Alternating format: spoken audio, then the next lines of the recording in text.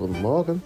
I've taken myself off to Nuremberg for a weekend. I'm now going to show you some of the experiences and wonderful things that I've seen thanks to the Nuremberg card. This card costs just £30. It gives you 2 days travel and 2 days entrance to most of the museums.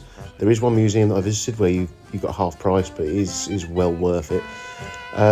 That does include your travel back to the airport, so if you're doing a weekend, it'll roll over to the next day and you get yourself gone from there. First place we visited was the Nuremberg Trial Museum. This is still an active court to this day, and you can sit in the original courtroom where the Nuremberg trials took place.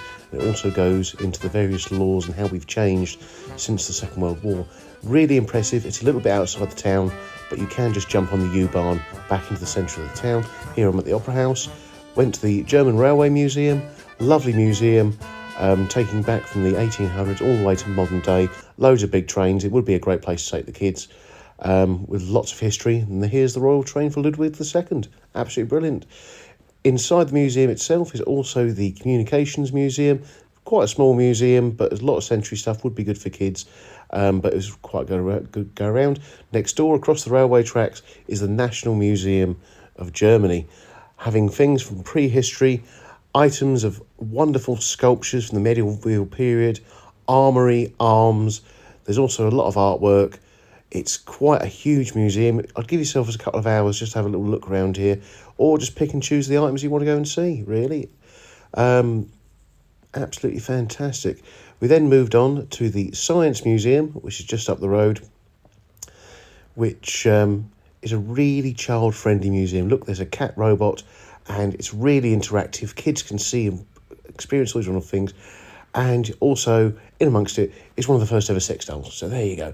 Day 2, made my way up to the castle, up on the Schloss, and absolutely stunning views of the local area. You can walk around it for free if you want to go and see some of the exhibits. You can also climb up a massive tower, which will do your legs in.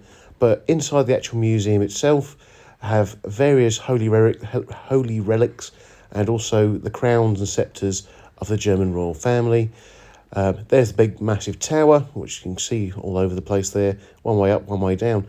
Now, this next item you have to pre-book, but make sure that you go to the actual place. It's just below the castle, and this is the Kunstbunker.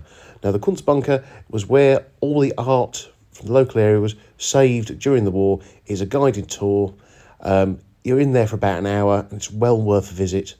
And you have a little wander around. Started to rain as soon as I left out of there, so I popped into the Child Museum, which, toy museum, loads of lovely toys. All in all, well worth it. You get your money back at the end of the day from some of the entrances, and you can just pick and choose where you want to go.